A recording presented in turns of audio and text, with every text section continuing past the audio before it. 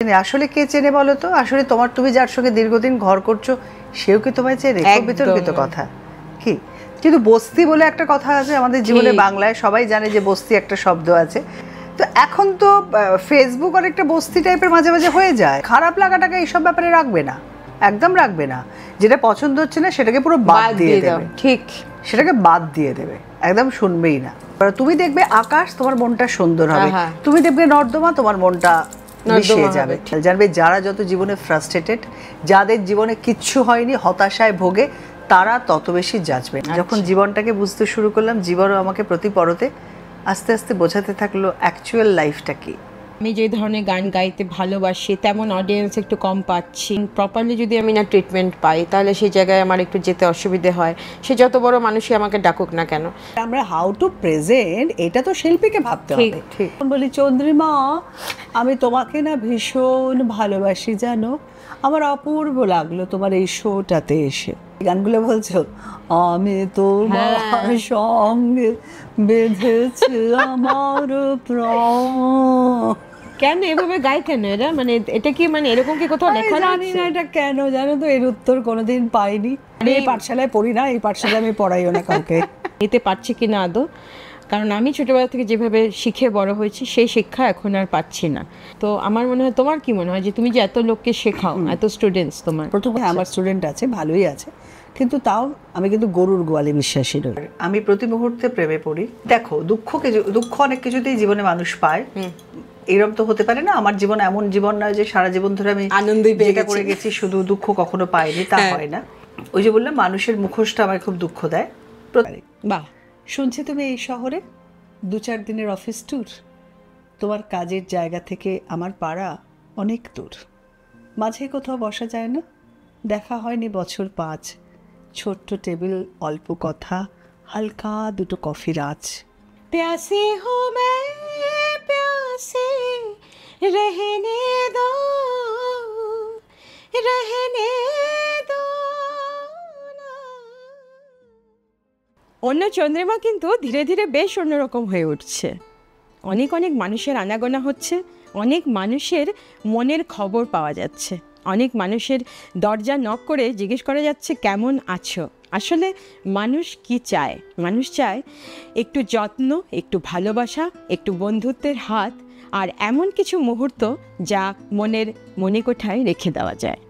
তবে আর কি, অন্য চন্দ্রিমাকে আরেকটু ভালোবাসা দিতে আজকে যিনি এসছেন তার নিজস্ব কোনো পরিচয় দরকার পড়ে না, তার কাজই তার পরিচয়। আমরা খুব আদর করে তাকে বলি সুতপাদি। আসলে পুরো নাম সুতপা বন্দ্যোপাধ্যায়, যার কবিতাই তার পরিচয়। ওয়েলকাম টু অন্য চন্দ্রিমা। বহু বছরের পরিচয় তোমার সাথে, এবং শুধু তাই নয়, তোমার কাজ অসাধারণ, তোমার কবিতা কোনো রকম বলাই বাহুল্য যে এত অপূর্ব। আর আমার একটা জিনিস বলার আছে, সেটা হচ্ছে যে তোমার অন্য চন্দ্রিমায় আসাটা কি মনে হলো? মানে হঠাৎ তোমার সাথে আমার কনভারসেশন, তুমি অন্য চন্দ্রিমার সম্বন্ধে কিছু জানতেও না, এবং হঠাৎ করেই একটা যোগাযোগ হয়ে যাওয়া, এবং তারপরে আমার মনে হলো যে সুতপাদি একটু অন্য চন্দ্রিমা আসলে আমার পার্সোনালি খুব ভালো লাগবে। তো সেভাবেই তোমাকে আমি ইনভাইট করলাম, আর তুমি হ্যাঁও বলে দিলে। আমার মনে হয় এটাই বন্ধুত্ব, এটাই ভালোবাসা। হ্যাঁ, আসলে আমার একটা প্রবলেম আছে, সেটা হচ্ছে কি বলতো, তুমি আমাকে মেসেঞ্জারে জানালে, আমি কিছুই জানি না অন্য চন্দ্রিমার ব্যাপারে। ইনফ্যাক্ট তোমার সঙ্গে আমার ডেফিনেটলি অনেকবার দেখা হয়েছে, কিন্তু কোথাও গিয়ে হয়তো আমরা খুব বেশি যোগাযোগে ছিলাম না, মানে সবার সঙ্গে তো সেটা হয় না। তো এনিওয়ে, তুমি গান করো বলে তুমি তোমার 2-1টা ওরম দেখেছি। আমাদের আজকাল তো ডিজিটাল হয়ে গেছি আমরা সবাই, তো হাতে হাতে সবাইকে দেখতে পাই। তো এনিওয়ে, সেটা দেখে তুমি যখন বললে আমাকে, আমি তখন তো প্রথমটা বুঝতে পারিনি কি বলছিলে। পরে অনেক কিছু তুমি জানালে, অনেক কিছু পাঠালে, অনেকবার বললে, অনেকগুলো বার বলা। আমি ওরকম নই, কিছুই নিজেকে ওরকম ভাবি না। কেউ আমি ভালোবেসে ডাকলে ডেফিনেটলি সেটা আমার জন্য অনেকটাই পাওয়া। কিন্তু বুঝতেই তো পারো, ভালোবেসে ডাকা আর আমাদের পেশা দুটো মিলেমিশে অদ্ভুত হয়ে যায়। এবং তার ফলে আমার ভীষণভাবে, আমি সবসময় বলি যে আমরা খুব ভাগ্য নিয়ে এসেছি যারা ভালোবাসাটাকে পেশা করতে পেরেছি। কিন্তু এই তার তো একটা চাপ থাকে, আর প্রতিদিন ছোটার একটা দায়িত্ব, চাপ থাকে আমাদের। সব মিলিয়ে আর কি তোমার কাছে আসতে সময় লাগলো, কিন্তু আমি যখন বলে কাউকে ফেলি তখন আমি সেটা রাখি। এটা আমার বাবার শিক্ষা যে তুমি কাউকে যখন কথা দিয়েছো তখন তোমায় সেটা রাখতে হবে। এসে ভালোই লাগছে ডেফিনেটলি। আর মানুষের সঙ্গে বন্ধুত্ব রাখা, মানুষকে মানে পাশে পাওয়ার একটা ভালো লাগা আমার মধ্যে এমনি আছে। রাইট, তুমি তো মানুষের সাথেই থাকো সবসময়। এই যে এত মানুষ অ্যাকুমুলেট করে একটা কবিতা শোনে, মনে হয় না এটা খুব সুন্দর একটা জিনিস? যে অবশ্যই দেখো, একটা কবিতা তাসলিমা নাসরিন খুব সুন্দর বলেছেন যে মানুষ ছাড়া, মানুষ এই শব্দটাই সব থেকে সুন্দর। ঠিক, তুমি ভেবে দেখো তো যে তোমাকে একটা অপূর্ব জায়গায় কোথাও পাঠিয়ে দেওয়া হলো, একটা অসাধারণ দ্বীপ, তুমি সেখানে কোনো মানুষ পেলে না, শুধু তুমি একা, তুমি কতদিন কাটাতে পারবে? এক্স্যাক্টলি। মানুষ মানে তো কথা বলা, মানুষ মানে ইন্টারাকশন, মানুষ মানে তোমার ভালো লাগা মন্দ লাগা, ভালো মন্দ, রাগ অভিমান দেখাবে কাকে? সো ইউ নিড সামওয়ান না? একদম। তো তার ফলে মানুষ ছাড়া কি করে থাকবো? তারাই তো সবকিছু। ঠিক, মানুষ যেমন তোমাকে যন্ত্রণা দেবে, মানুষ কাঠি দেবে, আবার মানুষই তোমাকে উপরে উঠতে সাহায্য করবে, মানুষরাই করে।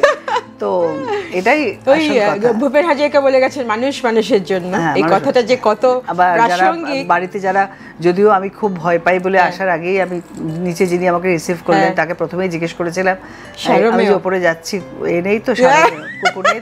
বললো না নেই। কারণ আমার এরকম ঘটনা প্রচুর আছে।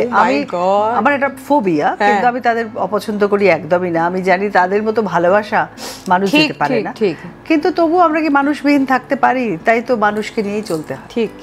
এই যে আমরা বলি যে ওনাকে প্রত্যেকে আমরা চিনি, এই যে ইন্ট্রোডাকশন আমরা হামেশাই বলে থাকি, তো আমার মনে হয় সত্যি কি মানে মানুষ চেনা যায়? তোমার কি মনে হয়? এটা দারুণ বললে, এটা খুব ভালো বললে। এটা তো আপেক্ষিক কথা। চিনবে, ধরো আমরা যারা জীবন শুরু করেছি, মানে ক্যারিয়ার শুরু করেছি মানুষের সামনে এসে, মানে মিডিয়ার মধ্যে দিয়ে, ধরো আমি তো দূরদর্শন দিয়ে আমাদের হাতে খড়ি, তারপরে মঞ্চে ওঠা, বা আমাদের কাজগুলো এমনই কাজ করি যে কাজ সবাইকে শোনাবার, এ কাজ তো ঘরে বসে করবার জন্য নয়।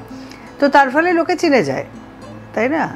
তো গ্ল্যামার ওয়ার্ল্ডে থাকলে তো লোকে এমনিতে এই ওয়ার্ল্ডটাই তাই, মানে মানুষকে নিয়ে জগৎ, তারা চিনবেই। কিন্তু এটা অপূর্ব কথা বললে, আসলে কি কেউ চেনে? আসলে কে চেনে বলো তো? আসলে তুমি যার সঙ্গে দীর্ঘদিন ঘর করছো সেও কি তোমায় চেনে? খুব বিতর্কিত কথা। কি তুমি তোমার নিজেকেই সব থেকে বেশি চেনো? চেনা কথাটা কিন্তু ভীষণ একটা সাংঘাতিক কথা। কে কাকে কতটা চিনেছে আমরা বাইরে থেকে দেখে বিচার করি, একদম এ ওরকম সে ওরকম ভাবে, কিন্তু চেনাটা তো যায় না। চেনা হয়তো আমি আমাকে চিনি, হয়তো আমিই চিনি। চেনার লোক পাওয়া খুব ডিফিকাল্ট, কি বলো? ঠিক, জীবনে সবকিছু পাওয়া যায়, সেটাই মনে হয়। সত্যিকারের চেনার লোক পাওয়া যায় না। এটা কিন্তু কোনো দুঃখের কথা নয়, যারা দেখছেন তাদেরকে বলছি, এটা কোনো দুঃখ নয়, এটা আক্ষেপ নয়। আমার জীবনে প্রচুর বন্ধু, আমার জীবনে অনেক কাছের লোক, অনেক ভালোবাসার মানুষজন, বিশেষ করে আপনারা যারা আজকাল আমাদের ডিজিটালি সারাক্ষণ দেখছেন, পেজ ফলো করছেন, ইনস্টাগ্রামে আসছেন, ভীষণ ভালো কমেন্ট করেন, পাশে থাকেন। কিন্তু এই যে তুমি একটা অদ্ভুত প্রশ্ন করে নাড়িয়ে দিলে, চেনে কি কেউ? এটা তো জানি না।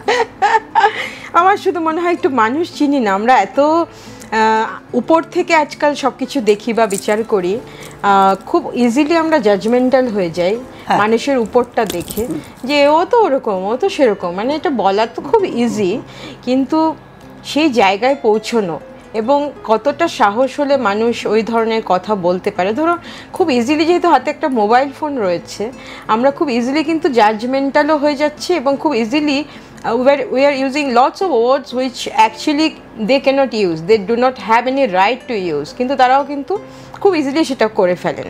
এবং আমাদের ক্ষেত্রেই নয়, প্রচুর স্টলওয়ার্ডস, প্রচুর বড় মাপের মানুষ কাউকে ছেড়ে কথা বলেন না। তো সেটা আমার একটু অসুবিধা হয় মাঝে মাঝে। যে শোনো একটা কথা বলি, তোমার থামি বলি, অসুবিধা হয় এগুলো করে বলবে না। শোনো, মুখ তোমারও আছে, এখন একটা জিনিস ফলো করবে, এটা আমি বুঝে গেছি। আমার বলতে গিয়ে খুব হাসি পেল, ছোট বয়সে হতো কি, আমাদের বলা হতো ছোট বয়সে, পাশে যদি কোনো বলা উচিত না, আমি সবাই কাউকে ছোট করছি না, কিন্তু বস্তি বলে একটা কথা আছে আমাদের জীবনে, বাংলায় সবাই জানে যে বস্তি একটা শব্দ আছে।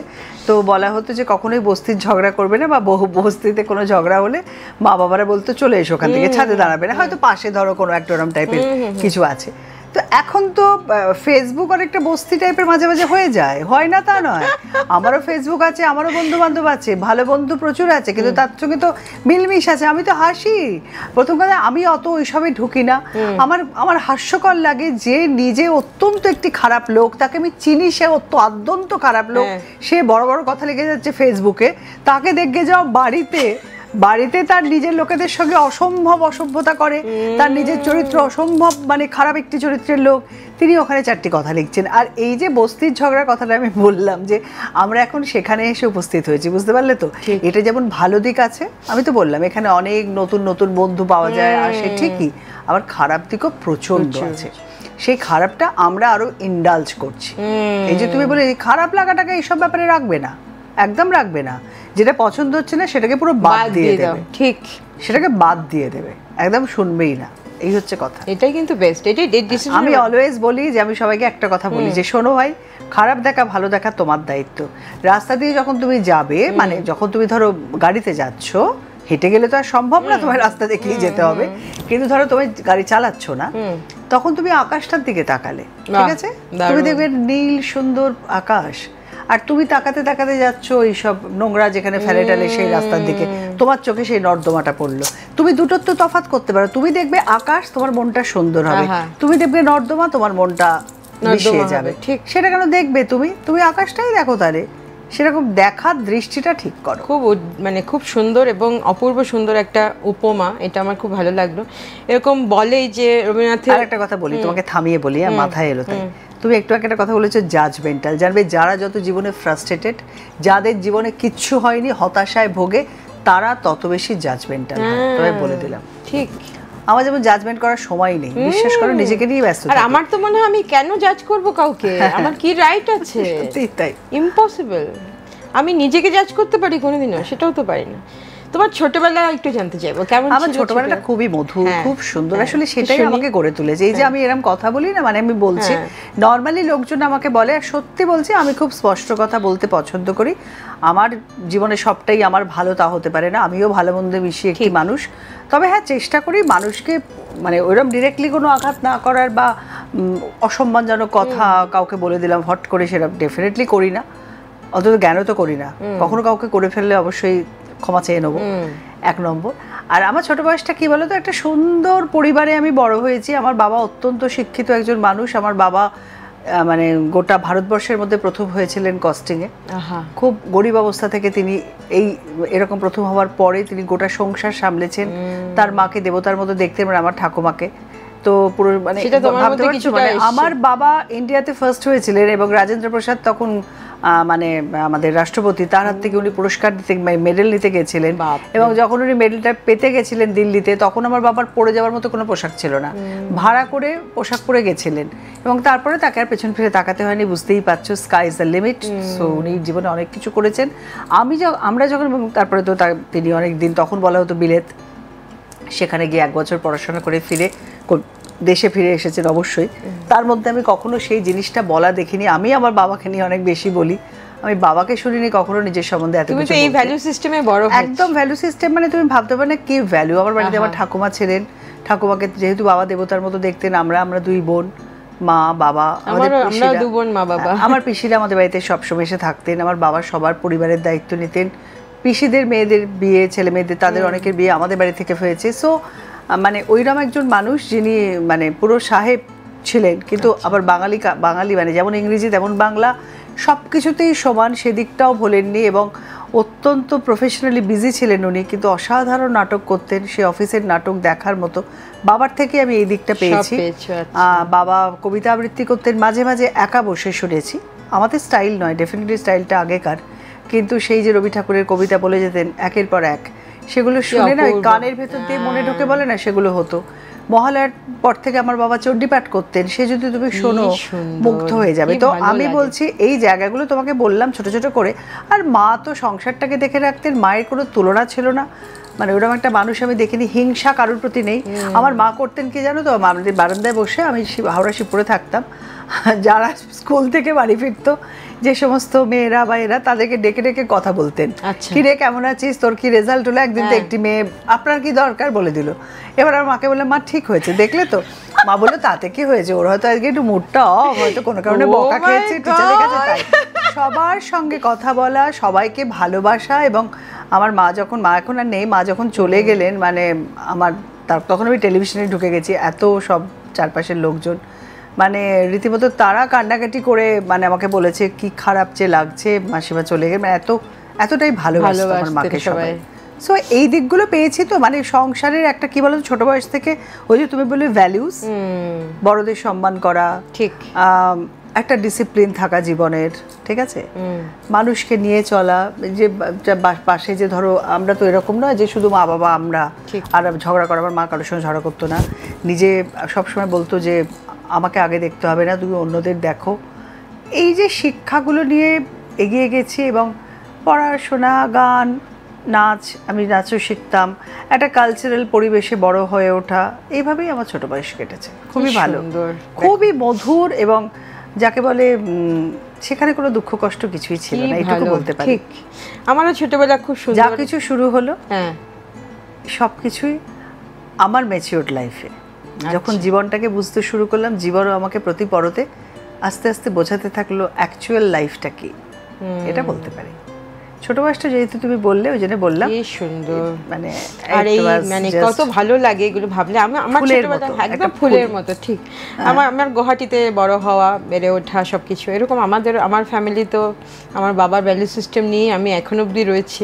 তবে আমার মনে হয় ভ্যালু সিস্টেমগুলো খুব কমে যাচ্ছে আস্তে আস্তে, এবং যত বড় হচ্ছি বা যত বয়স বাড়ছে তত মনে হচ্ছে যে রিলেট করতে পারছি না, সেটা একটা হচ্ছে। এই যে কমে যাচ্ছে বলছো না, তোমাকে একটু দেখো, আমরা তো গল্প করছি, তাই জন্য তোমায় থামাচ্ছি। এই কমে যাওয়াতেও কিন্তু আমাদেরই ভালোই হচ্ছে। আমি বলছি কমে যাওয়াতে আমাদেরই হাত। কেন বলছি, এই যে আমি বললাম আমার ভ্যালু সিস্টেম কেন হয়েছে, আমি মনে করি আমার হয়েছে কেন কি আমার বাবা মা সেটা আমার ভেতরে দিয়েছে, আমার পরিবার আমাকে দিয়েছে, যে পরিবারে বড় হয়েছি। চারটে বাজে কথা কখনো, আজকাল আমি লোকের ক্ষণে ক্ষণে ছেলে মেয়েদের শুনি রেগে যাবে আর কিছু স্ল্যাং ল্যাঙ্গুয়েজ ইউজ করবে। আমরা তো ছোট থেকে কোনো বাজে কথাই শুনিনি, আমার বাবা মায়ের মুখে আমি এরকম ধরনের কথা কিছু শুনতে শুনিনি কখনো। বুঝলি, আমি না এগুলোতে ইউজ টু নই, বিশ্বাস করো। মানে আমি একটা যদি ধরো কখনো বলছি, মানে ট্যাক্সিতে বা উবারে যাচ্ছি, উবার ড্রাইভারও যদি বলে, তাকেও আমি হয়তো শেখাতে শুরু করি এরকম বাজে কথায় বলবেন না, বুঝলেন তো, একটু ভালো করে বলুন। আরে ওটা করেছে আমি জানি, রাগ হয়েছে আপনার, কিন্তু এটা বললে লাভটা কি হলো, মানে তাকেও হয়তো শেখাতে শুরু করি। আমার প্রশ্ন হচ্ছে যে আমি শুনি, সবার কাছে শুনি, আজকালকার ইয়াং ছেলেমেয়েরা, তারা ভীষণ ভালো, তাদের মধ্যে অনেক ভালো দিক আছে, তারা খুব ব্রাইট আমি মনে করি। তারা ধরো আমাদের থেকেও, আমরা তো এত কিছু পাইনি, এত কম্পিউটার, এত অনেক ব্রেন তাদের, কিন্তু এই ভ্যালুস যেটা তুমি বললে না, এইটা গড়ে দিতে আমরা পারছি না। এটার জন্যে আমি মনে করি এই প্রজন্মে যদি কিছু খারাপ তুমি বলো সেটা বলবো, এখন কিছু খারাপ যদি বলো সেটার জন্য দায়ী আমরা, যারা আমরা আগে থেকে এসেছি। এটাই আমার কথা। এটা ঠিক। আর তোমার এই কবিতায় আসা, এই শব্দ নিয়ে কাজ করা, সেটা কি মানে প্রথম থেকে ছিল না, তুমি পরবর্তীকালে ভাবলে? প্রথম থেকে দেখো, অতটা এম আমাদের মধ্যে কবিতা তৈরি করে দেওয়া, হ্যাঁ এম তো একটা ছিলই। আমি তো খুব এমলেসলি জীবন কাটাইনি কখনো, এবং আমরা পড়াশোনাটা মন দিয়ে করতে হতো, কারণ আমার বাবার একটা স্ট্রিক্ট অর্ডার ছিল যে আগে পড়াশোনা তারপরে সবকিছু। কিন্তু আমরা না ছোট বয়স থেকে সবটা করেছি, বাড়ি সেটা আমায় করিয়েছে। মানে স্বামীজি মণিমেলা বলে তখন একটা ব্যাপার ছিল, তুমি হয়তো জানো, মণিমেলা, যেখানে না সব ছেলেমেয়েরা পিটি, ব্যায়াম, খেলা, নাচ, গান সবই হতো। এটা অনেকেই জানেন, তুমি হয়তো আমার থেকে অনেকটা ছোট বলে শব্দটা জানো না। আমি তো ছিলাম না এখানে। তো সেসব জায়গায় যেতাম, নাচ শিখেছি। আমাদের বাড়িতে এসে বাবার একজন বন্ধু মাস্টারমশাই সচিন তেম্বারমানের খুব কাছের ছাত্র, নিরাপদ জেঠু আমরা বলতাম, উনি এসে গান শেখাতেন। নাচ আমার খুব ভালো লাগতো, আমি রেখা মৈত্রের কাছে নাচ শিখতাম, খুবই ভালোবাসতো ছোট্ট থেকে। তো সবকিছুতে পার্টিসিপেট করতাম। এবার কবিতা আমার জীবনে কোনটা প্রফেশনালি আমি অ্যাকসেপ্ট করবো বা নেবো সেটা আমি জানতাম না। সেই জানার জায়গাটা আমাদের বাবা মায়েরা, এখনকার ছেলে মেয়েদের মধ্যে তো মায়েরা ধরে ধরে সারাক্ষণ নিয়ে যেত না, কারণ এত সময় পেত না, সংসার করে সবকিছু সামলে এই সময়টা পাওয়া যেত না, ওইরকম করা হতো না। আমাদের কাছে কথা ছিল প্রথম তুমি পড়াশোনা করবে, এগুলো বাড়িতে বসেই আমরা শিখতাম বেশিরভাগ। ঠিক, কিন্তু শিখেছি সবটাই খুব সিনসিয়ারলি শিখেছি। তবে আমাকে ছোট থেকেই টানতো একটা, কোথাও মঞ্চ টানতো, মঞ্চ আমায় বেশি, পারফর্মিং আর্ট যেটা, গানের দিকে। গান আমার অসম্ভব ভালো লাগে, আমি গান মানে আমার যে কোনো অবসরে সারাক্ষণ আমি গান শুনি, বাঁচিয়ে রাখে গান। কিন্তু আমার নিজের গান হবে বলে আমি কখনো বিলিভ করিনি, ভাবিও নি। কবিতায় আসাটা খুব অদ্ভুত, জানো, ওই যে বললাম শুনতাম, আমি খুব ভালো মুখস্থ করতে পারতাম। আমি কম্পিটিশনে একবার নাম দিলাম, ওখানে বাবা খুব দূরে দূরে আসতে দিতেন না, আমাদের ওখানেই যা হয়েছিল, নাম দিয়ে আমি পুরস্কার পেয়েছিলাম। দেবব্রত বিশ্বাসকে নিয়ে একটা লেখা আছে না, ব্রাত্যজনের রুদ্ধসঙ্গীত, ওই বইটি আমি পেয়েছিলাম, আমার এখনো মনে পড়ে। কিন্তু তারপরে পরবর্তী সময় দূরদর্শনে ঢুকে গেলাম, ক্যারিয়ার শুরু হলো আমার, পড়াশোনা মানে গ্র্যাজুয়েশন, মাস কমিউনিকেশন সব কিছু করার পরে আমার যখন আমি চান্স পেয়ে গেলাম, তখন অ্যাঙ্কারিং করতাম খুব, কারণ যেহেতু অ্যাঙ্কার হিসেবে ঢুকেছিলাম, ওইটাও প্রচণ্ড খেটে করতাম। মানে it's not that, it's only not মানে একটা অ্যাঙ্কারিং, এটা মানে পড়াশোনা করে বিভিন্ন কবির কবিতা সেগুলো নিয়ে, মানে এটাকে এই করতে করতে করতে করতে কোথাও গিয়ে ডেফিনেটলি বলতে শুরু করলাম, যখন মানুষ বলল ভালো লাগছে, তারপরে আমি এনকারেজড হলাম করে। আমার প্রথম একটা ক্যাসেট বেরিয়ে, তখন ক্যাসেট আশা অডিও থেকে বেরিয়েছিল, আমি আসছি, শুভ দাশগুপ্তর অনেকগুলো কবিতা। শুভদা আমাকে খুবই সে সময় বলতেন, মিথ্যা কথা কেন বলবো, যে ক্যামেরার সামনে দাঁড়িয়ে তো সত্যিগুলোই বলা উচিত, প্রচুর বলতেন যে এটা করা উচিত, এরম বলতেন। তারপরে বলে আমার সঙ্গে খুবই ওনার তখন ভালো সম্পর্ক ছিল, এগুলো এনকারেজড হলাম, ক্যাসেটটা বেরোলো, তাতে দেখলাম লোকের ভালো লাগছে। এবার যখন মঞ্চে বলতে শুরু করলাম, তখন কখন বুঝলাম যেন বলবো, যখন দেখলাম মানুষ এসে বলছে যে, আমি একবার মেঘবালিকা বলেছি রবীন্দ্র সদনে, এক ভদ্রমহিলা এসে আমার কাছে কাঁদতে কাঁদতে বললেন যে আমার মানে উইথ ডিউ রেসপেক্ট, আমি নিজের সম্বন্ধে বলতে ভীষণ লজ্জা পাই, তুমি যেহেতু কথাগুলো বলছো বলে বললাম, যে এত ভালো লাগলো, এতটা ভালো আগে কখনো লাগেনি। দিল্লিতে প্রোগ্রাম করতে গেছিলাম, এরকম একজন ভদ্রমহিলা, আমি সুলান বলার পরে উনি উঠে এসে কাঁদছেন আর আমার গায়ে মাথায় হাত দিচ্ছেন আর লাইনগুলো বলে যাচ্ছেন। এরকম তো একটা দুটো ইনসিডেন্ট তোমায় বললাম। তারপরে মানুষের ভালোবাসা বুঝলাম, লোকে চাইছে, লোকে ডাকছে, অনুষ্ঠানে ডাকছে, বলছি, ভালোবাসা, এই করতে করতেই চলে এলে। আচ্ছা, আমার এই অন্নচন্দ্রিমার যেটা মেইন কনসেপ্ট, এটা হচ্ছে মানুষ সুতপা বন্দ্যোপাধ্যায় বা মানুষ সুতপাদিকে যদি আমি বলি, যেটা নিয়ে আমার মনে হয় আমার এই কনসেপ্ট, যে অন্নচন্দ্রিমা একটু অন্যরকম হবে। মানুষ সুতপাদি কেমন সেটা জানতে চাই। এবার সে কি, এটা আমি কি করে উত্তর দেবো? মানুষ সুতপাদি কেমন, অদ্ভুত কথা এটা তো। তুমি আমাকে সত্যি কথা বলতে কি, একদম ফ্র্যাঙ্কলি বলতে গেলে, তুমি আমাকে যে এত চেনো তা নয়, সেজন্য তুমি মানুষ সুতপাদি কেমন খুব একটা হয়তো বলতে পারবে, সেটা তো জানতে চাইছে না, মানুষও জানে না, কিন্তু সেটা তো আমি বলতে পারবো না। ওদিকে যারা আছে তারা ট্যাক ট্যাক করে তোমাকে রিপ্লাই দেবে, দিয়ে দেখবে। না, ওটা বলতে হবে। তার কারণ হচ্ছে আমরা মানুষ চিনি কম, আমরা জাজমেন্টাল বেশি হই, আমরা খুব ইজিলি একটা কনক্লুশনে চলে আসি যে এই মানুষটা তেমন, সেই মানুষটা তেমন। সেগুলোর বাইরে গিয়ে তোমার কি মনে হয়? যে দেখো, মানুষ সুতপা কেমন আমাকে জিজ্ঞেস করলে যে কোনো মানুষ তার নিজেকে 100-100 দিয়ে দেয়, সেটা কোনো কথা না। আমি নিজেকে খুব ভালোবাসি, এটুকু বলতে পারি। আমি এটা মনে করি যে first you should love yourself. তুমি যদি নিজেকে না ভালোবাসো, তুমি দুনিয়ার কাউকে ভালোবাসতে পারবে না। সো নিজেকে যারা ভালোবাসে, মানে আমি সব কিছু মিলিয়ে ভালোবাসি। আমার নিজেকে মেনটেন করা বলো, নিজের চর্চা, নিজেকে ভালোবাসা, মানে প্রতিটা মুহূর্তে আমি খুব নিজেকে নিয়ে মানে ভালো থাকতে পারি, 1 নম্বর কথা। আর প্রচণ্ড বেশি আয়না দেখতাম বলে অনেক সময় আমাকে অনেকে বলতো নার্সিসিস্ট, বলে এত আয়না দেখো কেন? দেখি, ভাল লাগে তাই দেখি, এইসব। এনিওয়ে, তো কিন্তু এবার যদি তুমি প্রশ্ন করেছো মানুষ সুতপা কেমন, আমার যারা শত্রু, যারা আমাকে দেখতে পারে না, তারা বলবে অত্যন্ত খারাপ, একদম ভাল লাগে না। আর যারা আমাকে ভালোবাসে তারা বলবে ভালো। তাহলে যদি এটার উত্তর তো এরকমই হয়, তবে আপেক্ষিক কথা। এবার কেমন তেমন জানি না, আমি একজন সাধারণ মানুষ, আমার মতো করে কিছু কাজ করি, জীবনটাকে চেষ্টা করি একটু স্ট্রেট লাইনে রাখার, চেষ্টা করি সৎ পথে থাকার, অসততা না করারই চেষ্টা করি। আর কি বলবো, পেছন ফিরলেই নিন্দে করা বিষয়টা ভালো লাগে না, খুব একটা করতে চাইও না। খুব যদি রাগ হয়ে যায় কারোর প্রতি, সামনে বলতে পারলাম না, তখন তো ডেফিনেটলি গজগজ করি, সেটা কথা না, কিন্তু আর মুখে যেটা আসে সেটা বলে দিই, মনে খুব একটা রাখি না। সেই অর্থে মানে ওই পেঁচিয়ে ফেঁচিয়ে মন টোন এসব আমার নেই, এটুকু বলতে পারি। আর মোটামুটি মানুষের ভালোই চাই, খুব একটা কারোর ক্ষতি টতি চাই না, এইটুকুই আর কি। আর কি বলবো? খুব সুন্দর। আর আমার মনে হয় এই পুরো বিষয়টা আসলে আমার একটা আলাদা ভ্যালু সিস্টেম, যেহেতু আমি অন্য একটা প্রদেশে জন্ম, আমার আসামে, তো আসামের একটা আলাদা সেট আপ, আসামের একটা অন্য রকম। তুমি গেছো আসামে? হ্যাঁ, আমি গুয়াহাটি গেছি, তারপরে তোমার সবই ওখানটা। এক সময় আমার দিদি থাকতেন, আমি অনুষ্ঠান করতে গেছি।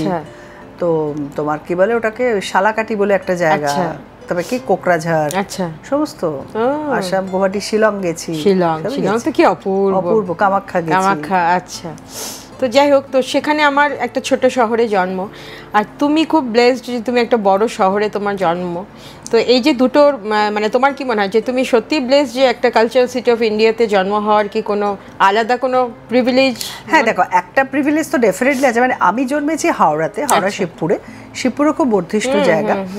আর আমি বলি যে দেখো, জায়গার একটা এটা আছে, এমনি কিছুই নয় যে তোমার যদি সংস্কৃতি থাকে ভেতরে, তুমি চর্চা যে কোনো জায়গায় বসেই করতে পারো। কিন্তু হ্যাঁ, এমন কোনো সিটিতে যদি তুমি থাকো যেখানে কাজের সুযোগ বেশি, যেখানে থাকলে তোমার অনেক বেশি সুবিধা হবে কাজ করতে, সেইটুকু তো ডেফিনেটলি ব্লেস বটেই। সেটা তো আমরা পেয়েছি যে একটা কাজের পরিবেশ পাওয়া, কাছাকাছি সবকিছু থাকাতে সুবিধা হয়েছে। মেট্রো সিটি, হ্যাঁ মেট্রো সিটি, রাইট। আর এই পুরনো কলকাতার সাথে এখনকার কলকাতার কেমন, মানে কি মনে হয়? তখন ভালো লাগতো, পুরনো কলকাতা কেমন ছিল তোমার কাছে? তোমার দেখো, পুরনো কলকাতা বলতে তো নর্থ কলকাতাটা বেশি করে মিন করে, তাই না? আমি তো থাকিনি কখনো নর্থ কলকাতা। আমি তো বললাম, আমি যবে থেকে কলকাতায় থাকতে শুরু করেছি সাউথ কলকাতাতেই থাকি। কলকাতাকে আমি ভীষণ ভালোবাসি, এটা তোমায় বলতে পারি। খুব আগের কলকাতা, পরের কলকাতা আমি তো অনেক আগে থেকে আর জানি না। তখন শুনতাম বাবা টাবাদের মুখে কিছুটা, যে তখন টালিগঞ্জের দিকটাও মানে জঙ্গল ছিল টাইপ, এইসব শুনেছি। তো সেগুলো তো আর আমরা কেউ চোখে দেখিনি, বুঝতেই পারছো। তো আমার কলকাতাকে সবসময় খুব ভালো লাগে, আমি ভীষণ ভালোবাসি। মনে হয়নি যে এখান থেকে বাইরে? No never, I love my city. আমি যে কোনো, আমি বিদেশে অনেকবার গেছি অনুষ্ঠান করতে, দেশের মধ্যে বিভিন্ন জায়গায় তো গেছি, বিদেশেও গেছি। লোকে খুব বিদেশ নিয়ে কথা বলে, আমার ভীষণ আমার হাসি পায়। লোকে না একটা ভালো জিনিস দেখলে এটা বুঝি লন্ডনে, এটা বুঝি আমেরিকা। না, এটা না আমার শহরের ফুটপাতের, বুঝতে পেরেছেন? আমি এমন করে ক্যারি করছি, আপনার মনে হচ্ছে লন্ডনের। ঠিক আছে, এটার দাম 100 টাকা। তো সেই জন্য আমি এগুলো বলতে খুব মজা পাই, এবং আমি আমার দেশ নিয়ে ভীষণ আপ্লুত। আমি প্রচণ্ড ভালোবাসি আমার শহরকে। মানে আমি কোথাও গেলে না, বিশ্বাস করে এমন হয়েছে একটা সপ্তাহ, যে বিশেষ করে বাইরে গেলে, বিদেশে গেলে, দেশের বাইরে, আমার মনে হয় একটা সপ্তাহ কেটে গেলে আমি ভীষণ মিস করছি, ভীষণ মিস করছি। আমি কবে কলকাতায় ফিরবো, কলকাতার আকাশ আমি কবে দেখবো। সো আমি ভীষণ ভালোবাসি। কি সুন্দর। সব থেকে বড় কথা কি বলতো, আমরা যদি নিজের জায়গা, নিজের দেশ বা নিজের রাষ্ট্রকে না ভালোবাসতে পারি, তাহলে আমরা কাকে ভালোবাসবো, তাই না? সারাক্ষণ বলা হচ্ছে যে কলকাতা মরে গেছে, কলকাতা ডেড, কলকাতা হ্যান, কলকাতা ত্যান, এত নেগেটিভিটি চারিদিকে। তারা থাকে কেন? তারা বেরিয়ে যেতে পারে। এক্স্যাক্টলি, আমাদের লোকজন কমবে, আমরা একটু ভালো করে যাতায়াত করব। ঠিক কথা, ঠিক কথাই। এটা আমার খুব আমাকে পীড়া দেয়, মানে ভাবতে অদ্ভুত লাগে। কেন যে তুমি কলকাতায় জন্মাওনি, তাতে তুমি বলছো এটাই হয়। এখন না মানুষ অনেক বেশি ইনসেনসিটিভ হয়ে গেছে, একটু অন্য রকম চিন্তাধারার হয়ে গেছে, এবং খুব একটা যে সেন্সিবল লোক চারিদিকে দেখতে পাই তেমনও নয়। আমি যে আর্ট ফর্মটা নিয়ে কাজ করি বা আমি যে ধরনের গান গাইতে ভালোবাসি, তেমন অডিয়েন্স একটু কম পাচ্ছি। ক্লাসিক্যাল না, সেমি ক্লাসিক্যাল বা একটু খুবই নিশ কিছু গান, যেগুলো হয়তো অনেকে গান না বা গাওয়ার সাহস পান না হয়তো, সেসব গান, যেহেতু আমি গানটা প্রপারলি শিখেছি এতদিন ধরে, তার জন্য হয়তো হতে পারে। তো এই যে জায়গাগুলো কমে কমে আসছে, তুমি একটু আগে জিজ্ঞেস করছিলে যে তুমি এখন অনুষ্ঠান কীরকম হয়। তো সত্যি কথা বলতে কি, আমার অনুষ্ঠান যে আমি প্রচুর অনুষ্ঠান করি তেমন নয়, এবং এমন কোনো কিছু জায়গায় আমার একটু মিসফিট মনে হয় যে একটা জায়গায় যখন আমাকে কেউ ডাকেন, তখন প্রপারলি যদি আমি না ট্রিটমেন্ট পাই, তাহলে সেই জায়গায় আমার একটু যেতে অসুবিধে হয়। সে যত বড় মানুষই আমাকে ডাকুক না কেন, আমার ওই জায়গাটা যদি আমাকে না দেওয়া হয়, তাহলে আমি যাই না। তো এই সবগুলো হচ্ছে আর কি। এবার বিষয় হচ্ছে, এটা অনেকেরই বক্তব্য, এরকম অনেকে আছেন। আমি তো একা এরকম কাজ করছি তা তো না, এরকম অনেকে আছে। যেমন কবিতার ক্ষেত্রেও তুমি খুব চালু কিছু কবিতা থাকে, খুব নিশ কিছু কবিতা থাকে, খুব সিলেক্টিভ, তোমার প্রাণের কাছের কিছু কবিতা থাকে। হয়তো মানুষ সবটা রিলেট করতে পারবেন না, কিন্তু তোমার তো মনে হয় যে আমি একটু অন্যরকম কিছু কাজ করি বা অন্য কিছু বলি, সেই জায়গাটা কিন্তু হারিয়ে গেছে। আমাদের এখন গান গাইতে গেলেই বলা হচ্ছে যে নাচের গান, বা চারটে এমন কিছু সিলেক্টিভ গান যে প্রত্যেকটা শিল্পী তারা গেয়ে যাচ্ছে, একই সিলেকশন, একই গান। তো এই জায়গাগুলো কিরকম একটা ইনসেনসিটিভিটি চারিদিকে, কেমন একটা ব্যাপার। তো তুমি এগুলো ফেস করো না? দেখো, এখানে তোমার সঙ্গে আমি একটু ডিফার করছি তোমার কথায়। সেটা দেখো, আমরা যারা শিল্পী, যে ফর্ম নিয়ে যে কাজ করছে, যেমন তুমি গান করছো, আমি কবিতা বলছি, কেউ নাচ করছে, এখানে কিন্তু আমাদের একটু নিজেকেও প্রিপেয়ার করে নিতে হবে যে আমি কোন দর্শকের কাছে যাচ্ছি। এটাই তো আমি বলছি। আমি যদি কবিতা বলি, আমি যখন কবিতা বলি বা আবৃত্তি করি, তখন আমি যখন মাসের মধ্যে গিয়ে বলছি, তখন মাসকে কিভাবে আমি ক্যাপচার করব, কবিতা দিয়েই করব, কিভাবে ক্যাপচার করব, সেই কায়দাটা কিন্তু আমাকে রাখতে হবে। আমি অলওয়েজ বলি যে আমার অডিয়েন্সকে শোনাবার দায়িত্ব আমার, ঠিক ঠিক আছে না, কিন্তু এখন কি হচ্ছে, এখন আগেই সিলেক্ট করে দেয়। এটা তো আমিও বলি যে আমি যদি আজকে ধরো, আমি খুব একটা এটা ফেস করিনি, সেজন্য তোমার সঙ্গে তো মিললো না আমাকে কোনোদিন কেউ সিলেক্ট না, করে এখন যেটা সিলেক্ট করে দেওয়া হচ্ছে, ধরো আমি যদি এখন একটা গাই যে এমন একটা কিছু গান যেটা হয়তো খুবই বহুশ্রুত নয় একদমই, তেমন কোনো না না এই গানটা মানুষ তো রিলেট করতে পারবেন না, আরে মানুষ কেন রিলেট করতে পারবেন, if I can sing properly, আমার তো মনে হয় অডিয়েন্স বসে শোনেন। সেক্ষেত্রে তোমার উচিত কি, প্রথমে আমি যেটা বলছি, সরি এবারে ধরো প্রথমে একটা দুটো দিয়ে তুমি অডিয়েন্সকে ক্যাপচার করে নিলে, তারপরে তুমি সেটাকে ওই প্লেস করার দায়িত্বটা তো আমাদের, আমরা হাউ টু প্রেজেন্ট এটা তো শিল্পীকে ভাবতে হবে। এটা তো দেখো, এটার দিক থেকে নিশ্চয়ই আমি তোমাকে বলবো রুচির পরিবর্তন হয়েছে। আগে যে জলসা হতো এখন সে জলসা হয় না, কিন্তু দেখো দিন যত বদলাবে সেই পরিবর্তনটা তো আমাদের অ্যাকসেপ্ট করতেই হবে, বলো আমাদের সময়ের সঙ্গে সঙ্গে আধুনিক হতে হবে, এটা তো খুব স্বাভাবিক কথা, এটা আমি ভীষণভাবে মানি। ওই সব দিক থেকে কিন্তু আমি খুব পজিটিভ। দেখো এটা তো ঠিক কথা, আগে এত রিয়েলিটি শোগুলো এত হতো না, এখন এত রিয়েলিটি শো হয়, এখন সেখান থেকে কত আর্টিস্টরা উঠে আসছে, তাই না? তারপরে প্রোগ্রামের টাইপটা বদলে গেছে, একদমই তাই। এখন আমরাও কি আর এরকম স্ট্যাটিক ওয়েতে দাঁড়িয়ে দাঁড়িয়ে একটা মাইক সামনে নিলাম, দাঁড়িয়ে দাঁড়িয়ে বলে গেলাম, সারাক্ষণ একটা মানুষ যখন উল্টো দিক থেকে শুনছে, তার হাতে যখন এত কিছু ওয়ে, যে সে যে কোনো চ্যানেল দেখতে পারে, ওটিটি দেখতে পাচ্ছে, বাড়িতে বসে সব এন্টারটেনমেন্ট পাচ্ছে, সে কেন এরকম স্ট্যাটিক ওয়েতে দেখবে? সো ইটস মাই ডিউটি যে আমার অডিয়েন্সকে ধরে রাখার দায়িত্ব আমার। আমি যখন কবিতা বলবো 1 ঘন্টা, লোকে যেন 1টা ঘন্টা কোনো দিকে তাকাতে না পারে, এটা আমার চ্যালেঞ্জ। এটা দারুণ। আর একটা তোমার খুব ভালো লাগে যে সেটা হচ্ছে যে তোমার বলার মধ্যে, আমি অনেক কবিতা শিল্পীদের দেখি কথা বলছেন একরকম, যে কবিতা বলছেন টোটালি চেঞ্জ হয়ে যায়। এটা তুমি দারুণ, আমার পয়েন্টটা কি করে বললে জানি না, আমি অলওয়েজ বলি, আমি কিছুদিন আগে একটা ওয়ার্কশপ করেছি, এটা আমি খুব খুশি হলাম যে তুমি এটা বুঝেছো, একজন আমার শ্রোতা হিসেবে বুঝেছো, মানে অন্য শ্রোতারাও হয়তো বোঝেন। আমি তাতে একটা ক্যাপশন দিয়েছিলাম যে কবিতারা কথা বলে, বা কথাই কবিতা হয়ে যায়, তাই তো? কবিতারা কথা বলে। অ্যাকচুয়ালি কবিতা মানেটা কি বলো তো? এই যে তুমি আমি কথা বলছি, আমাদের জীবন, প্রতিদিনের মুহূর্ত, এটাই তো একটা কবিতা। ঠিক। তা এইটা বলতে গেলে, আমি যখন তোমার সঙ্গে কথা বলছি, আমার কোনো সুর আছে? সুর নেই। আমি যদি ফট করে এখন বলি, চন্দ্রিমা আমি তোমাকে না ভীষণ ভালোবাসি, জানো, আমার অপূর্ব লাগলো তোমার এই শোটাতে এসে, এটা খুব আর্টিফিশিয়াল লাগছে, প্রচণ্ড রকম। তা আমি এই কথার মধ্যে থেকে যখন হঠাৎ করে এটা শুরু করলাম, কেন? আমি ধরো তোমার সঙ্গে কথা বলতে বলতে বলছি, তোমার এই যেন ভালোবাসি আছি শতরূপে শতবার, জনমে জনমে যুগে যুগে অনিবার। এই যে দুটো লাইন তোমাকে আমি বললাম, বা ধরো কৃষ্ণকলি আমি তারেই বলি, কালো তারে বলে গাঁয়ের লোক, মেঘলা দিনে দেখেছিলে মাঠে, কালো মেয়ের কালো হরিণ চোখ। তা আমি আবেগটা কিন্তু দিলাম, তুমি বুঝতে পারলে যে উনি কবিতা বলছেন। তো এই কবিতাটা বলতে গিয়ে আমি কি খুব টানলাম, সুর করলাম, বা প্রচণ্ড একটা অদ্ভুত হয়ে গেলাম? তা তো হলাম না। তার জন্য তো তুমি সুতপা বন্দ্যোপাধ্যায়।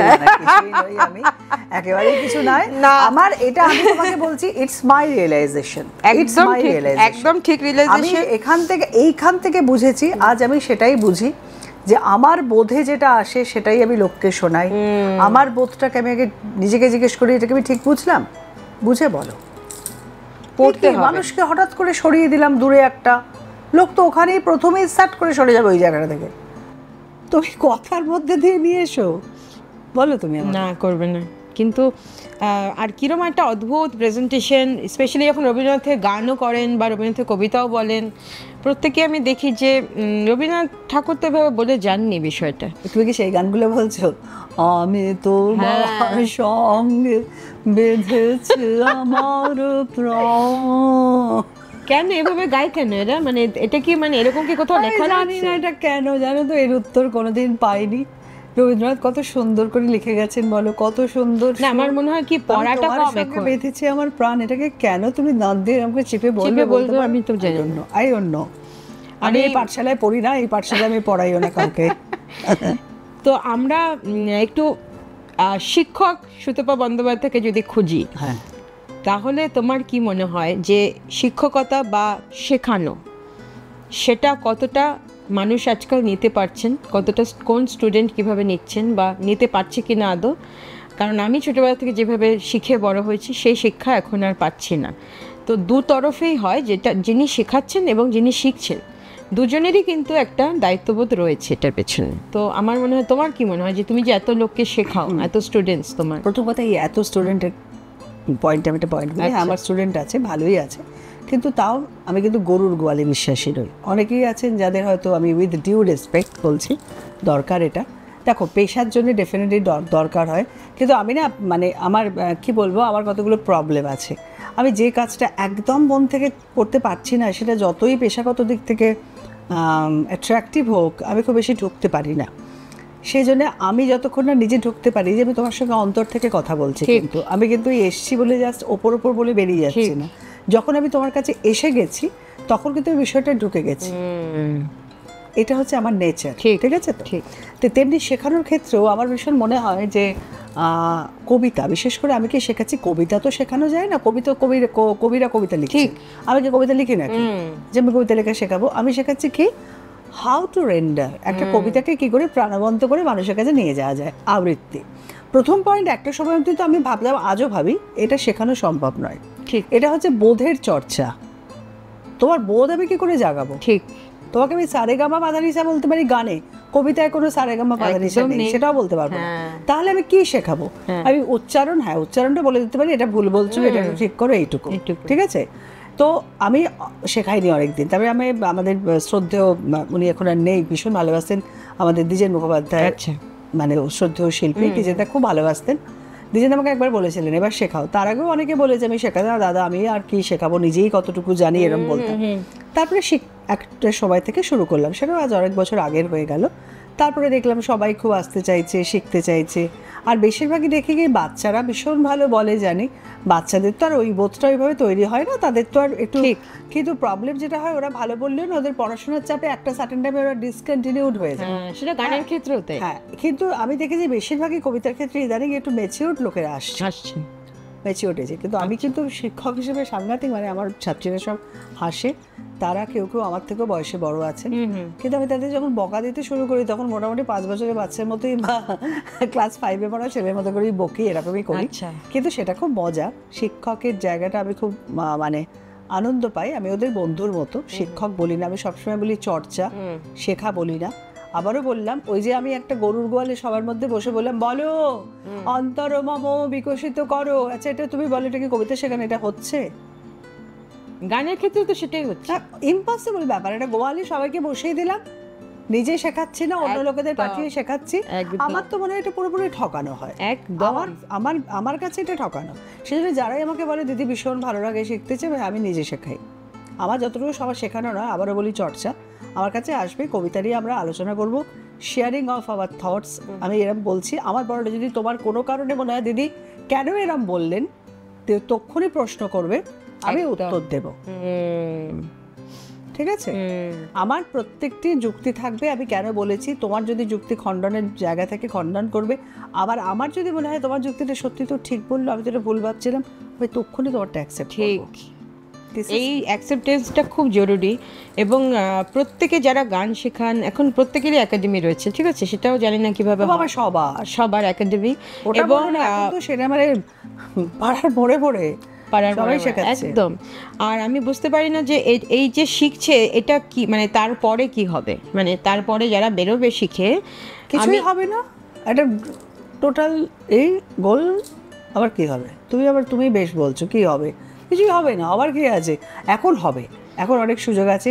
এই যেমন তুমি পডকাস্ট করছো, তুমি ভালোবেসেই করছো, ধরো তোমার ভালোবাসার ডাকে এত আন্তরিকভাবে আমাকে এতবার ধরে বলেছো, ডেফিনেটলি এসেছি, অবশ্যই কথা বলতে ভালো লাগে। কিন্তু ব্যাপারটা কি বলো তো, এই যে ফেসবুক আছে, ইনস্টা আছে, অমুক আছে, তো যেগুলোতে পয়সা দিতে হয় না, করতে হয় না, সেখানে বলবে যেভাবে খুশি হোক বলে যাবে, যা খুশি বলে যাবে। খারাপ তো মেসেজ যাচ্ছে মানুষের কাছে, এইটুকুই হবে। এই যে তুমি ফেসবুকে আজকাল দেখতে পাচ্ছি যে এত ভাইরাল হয়ে যাচ্ছে, ঠিক আছে? একটা বিভৎস, ফেসবুক যেদিন থামালাম, আবার ফেসবুক যেদিন বা এই ডিজিটাল জায়গা থেকে যেদিন এই রেস্ট্রিকশনটা আসবে যে এইটার লেভেল অবধি হলেই আমরা এখানে প্রচার করবো, আদারওয়াইজ করবো না, সেদিন মানুষ ঠিক হবে। ঠিক, একদম। তাহলে এটাই চলবে।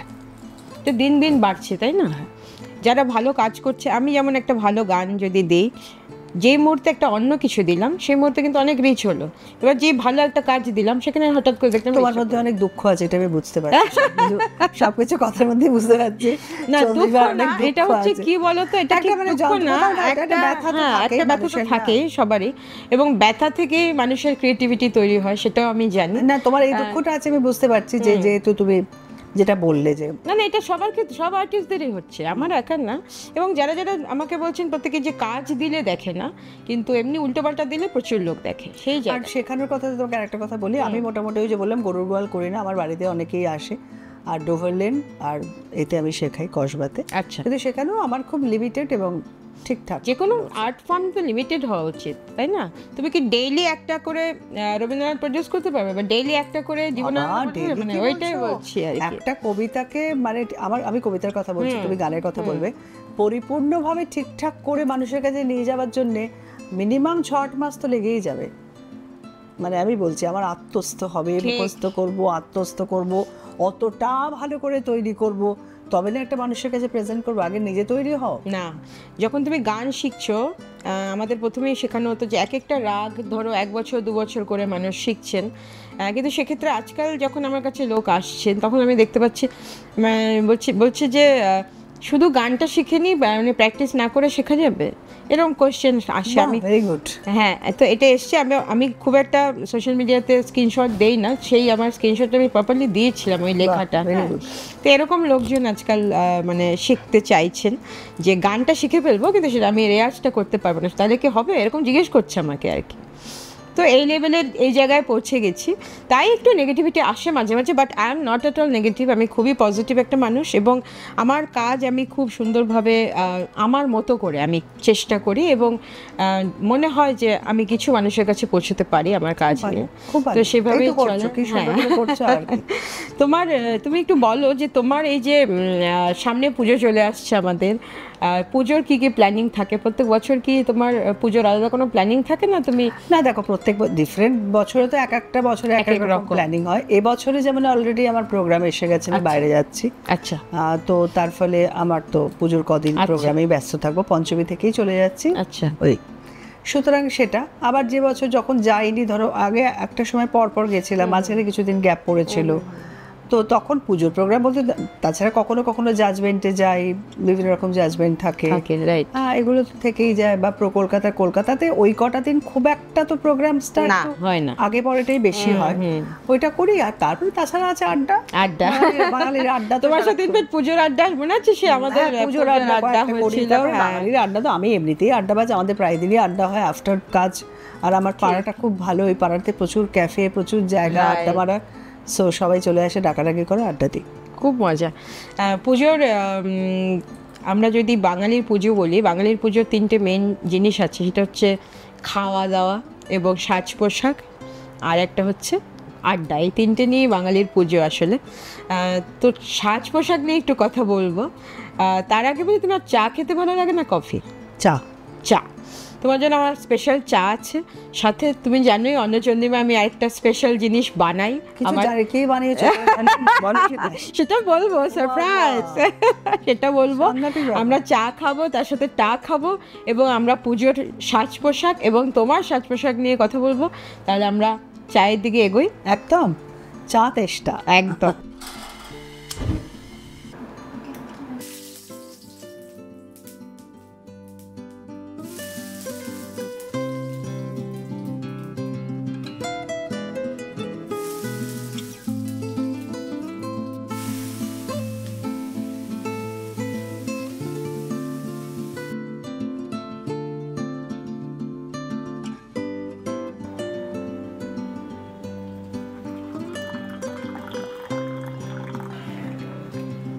অন্নচন্দ্রিমায় তোমাকে আবার আরেকবার স্বাগত। তোমার দার্জিলিং টি রেডি হয়ে গেছে, আমি একটা অসাধারণ প্রিপারেশন করেছি তোমার জন্য স্পেশালি।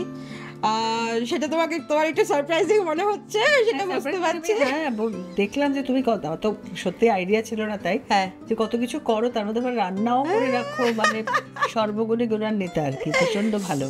তো এটা হচ্ছে একটা চিজ চিকেন তাওয়া কেবাব, তো ইউ ক্যান ট্রাই দিস। এই যে তোমার স্পুন, তুমি দেখো কেমন লাগে। আমি খাবো, তুমি খাও না, ট্রাই করো না, আমি তো বাড়িরই ব্যাপার। আর এটা হচ্ছে তোমার ডিপটা, যদি তুমি ইন্টারেস্টেড থাকো। তো যেহেতু চিজ দেওয়া হয়েছে সেহেতু খুব নরম হয় জিনিসটা। হ্যাঁ, চিকেন নয়তো আদারওয়াইজ প্রোটিনটা একটু শক্ত হয়ে যায়, তো একটু নরম করার জন্য চিজ ভালোবেসে করে খাওয়াচ্ছ, এটাই তো অনেক। তারপরে আবার সেটাকে কি করে অন্যরকম বলি। লাজবাব, অসাধারণ। কিন্তু এটা ভীষণ দুঃখের, যারা দেখে তারা ভাবছিস শুধুমাত্র একা একাই খাচ্ছে, আমাদের দিকে একটু বাড়াচ্ছে না। এটা রেসিপিটা চন্দ্রিমার থেকে জেনে নিয়ে আপনারা করবেন বাড়িতে। এটা ঠিক রেসিপিটা বলে দেবে তো? হ্যাঁ হ্যাঁ, বলো না, একটু কম বলি। আমাকে যারা বলে যে রেসিপি বলে, এবার আমাকে এটা নিয়ে খুব বদনাম আছে, আমাকে সবাই রেসিপি বলতে বলে। এবার আমি বলি কি যে কিছুই না, ওই তো চিকেন একটু নেবে, একটু খারাপ জিনিস বলে দাও সবাইকে, সবাই করে খাবে, তুমি কেন এটা করছো? চলবে না, আমাকে যেটা খাওয়াচ্ছ সেটা বলতেই হবে। এটা তোমার চিজ চিকেন তাওয়া কাবাব। তো এটা তোমার ওই, তুমি খাও, আমি তো খাচ্ছি। না তুমি খাও না প্লিজ প্লিজ। তো খুব ভালো খেতে হয়েছে রঞ্জিত, থ্যাংক ইউ। এটা তোমার চা, এবং আমার মনে হয় এটা একটু হেলদি খাবারও বটে। হ্যাঁ, এটাতে তেল একদম কম লাগে, নাম্বার 1, যেহেতু তোমার তাওয়া ফ্রাই হয়েছে। আর নাম্বার 2 হচ্ছে হ্যাঁ হ্যাঁ চিজটা তো হেলদি ফুড, মানে হেলদি ফ্যাট, তো জন্য চিজটা দেওয়া। আর চিকেনটা যেহেতু প্রোটিন সেটা। আর এটার মধ্যে বিশেষ কিছু মশলা নেই, খুব লিমিটেড। হ্যাঁ, খুব লিমিটেড। তাতে তোমার হয় না ইনট্যাক্ট ওই ফ্লেভারগুলো থাকে। তুমি যত বেশি মশলা দিয়ে দেবে তোমার আসল ফ্লেভারটা নষ্ট হয়ে যাবে। দারুণ সুন্দর হয়েছে, দারুণ, থ্যাংক ইউ, খুব সুন্দর। তো এটা হলো একটা আইটেম, মানে বেশি সময়ও লাগে না। না, আমি ধরো প্রিপারেশনটা যদি তুমি আগে থেকে করে রাখো, চিজটা আগে থেকে দিয়ে রাখো তো, হ্যাঁ হ্যাঁ, সব কিছু দিয়ে তুমি মেখে রাখলে চিকেন এটা পাচ্ছি, মানে একটু আস্তে আস্তেই দাও বোধহয়, রাইট রাইট। ওটাকে কোনো রকম বাটা বা এসব করো না, একদম হাতে জাস্ট মেখে নেবে প্রপারলি। আর লঙ্কা দিয়েছো, রসুন, আদা, পেঁয়াজ, লঙ্কা সব দিয়ে তুমি মাখলে। একটু স্যালাডস দিয়েছি, ওই তোমার পার্সলি আর ধনে পাতা গুঁড়ো করে, মানে করে আর কি, চপ করে।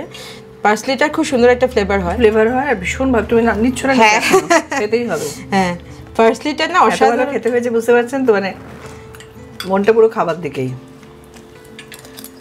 প্রচন্ড ভালো হয়েছে খেতে, থ্যাংক ইউ। তুমি প্রথমবার আমার বাড়ি এলে, এবং আমি আশা করবো আস্তে আস্তে তুমি আরো আসবে আমার বাড়িতে, তোমাকে আমি আরো ভালো ভালো রান্না করে খাওয়াবো। ক্যামেরার সামনে এত কথা বলতে না, খেতে।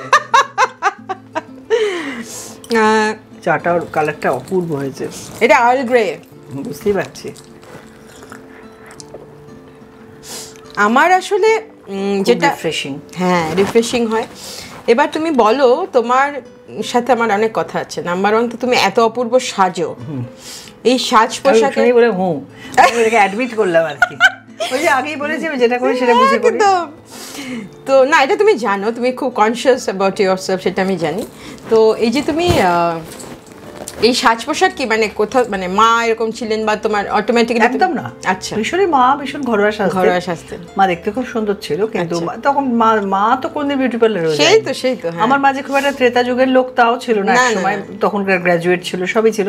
বাবা কটা লাইক করতো না, আমার বাবা তো লিপস্টিক মাখাও পছন্দ করতো। আচ্ছা, আমি ছোট বয়সে লিপস্টিক লুকিয়ে লুকিয়ে আনতাম, মানে আমাদের একজন, সেটা সবারই মাসের জিনিস আছে না, যে ভদ্রলোক, তাকে আমরা কাকু বলতাম।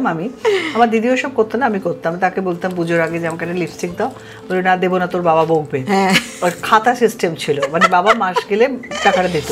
আচ্ছা, এবার হচ্ছে কি, তাকে আমি জোর করতাম না, দিতেই হবে তোমাকে, বলে তুই লিপস্টিক মাখবি, তোর বাবা আমাকে তখন এসে খুব করবে, বলছে তুমি দাও, তুমি পেছনের পাতায় লিখে দাও, বাবা যেন দেখতে না পায়, দিয়ে তুমি দামটা না। ছোট বয়সের বুদ্ধি যা হয় আর কি। মানে আমার মনে পড়ে, বাবা তো একদম পছন্দ করতো না, স্কিন খারাপ হয়ে যাবে, লিপস্টিক মাখবে না, মেকআপ টেকআপ, সুতরাং ওইভাবেই। আগে তো মেকআপের ব্যাপারও তো ছিল না। এবার সাজটা, সত্যি বলছি, সাজটা খুব একটা কারোর দেখে আমি বলবো না, তোমার নিজস্ব, আমার নিজের যেটা ভাল লাগে, নিজে যেরকম যেটাকে আমি পছন্দ করি, বিলিভ করি, সেরকম সাজি। আর আমি যেটা নিজে ক্যারি করতে পারি, আমি অবশ্যই নিজে আয়নার সামনে দাঁড়িয়ে 5 বার দেখি যে আমি ক্যারি করতে পারলাম তো, আমাকে মানাচ্ছে তো, সেটা করে আমি পড়ি। তোমার একটা আলাদা সাজের একটা, মানে তোমার একটা আলাদা অস্তিত্ব রয়েছে, মানে তোমার একটা আলাদা আইডেন্টিটি আমি দেখতে পাই সব সময়। তুমি যখনই বেরো আর কি, তোমার সাজ মানে একদম চুল থেকে নখ অবধি একদম পারফেক্টলি, মানে আগে বলেছি তোমাকে একটা কথা, যে নিজেকে খুব ভালোবাসি, নিজেকে বোঝা যায়, সেগুলো একদম সত্যি তাই, নিজেকে ভালোবাসতে পারো, সেগুলো করে। আর দেখো, চেষ্টা করি, সবটা পেরে উঠি না, আমি খুব একটা মডেল ফিগার কোনোদিনই ছিলাম না, বা মডেল ফিগার হওয়ার সম্ভব হয় না সবসময়। শরীরকে সেই ঠিকঠাক রাখার জন্য অনেক সাধনা, সবটাই তো সাধনা না। আমরা উল্টো পাল্টা অনেক সময় লোভে খেয়ে ফেলি, আমরা শরীর চর্চাটা খুব নিয়মিত অনেক সময় হয়ে ওঠে না, সেগুলো খারাপ। কিন্তু তাও তারই মধ্যে আমি কিন্তু খুব চেষ্টা করে যাই, যখনই দেখলাম যে একটু বেশি হয়ে যাচ্ছে সেটাকে চেষ্টা করি কন্ট্রোল করার। এগুলো করতেই হবে। তারপরে দেখো, যেহেতু পাবলিক দেখবে এমন কাজ করি যেখানে নিজেকে তো সুন্দর রাখতে হয়, এমনিতেও আমি পছন্দ করি এটা। আর সাজটা মানে তুমি আমার সাজেরও খুব প্রশংসা করো, মানে তুমি অনেকবার আমাকে বলেছো যে তোর খুব সুন্দর, মানে সবকিছু খুব সুন্দর, খুব নরমাল থাকা দরকার, মানে তোমাকে ছাপিয়ে যাবে না, অথচ মনে হবে তুমি ঠিক। সেটাই তো সাজ, সেটাই তো সাজ। কোথায় তুমি কি পরবে না বলতে জায়গা বুঝে তোমার ওই সেন্সটা থাকাটাই কিন্তু খুব ইম্পর্টেন্ট। সেটাই তো আর্ট অফ দিস বিউটি আর কি, মানে ওইটা খুব ইম্পর্টেন্ট।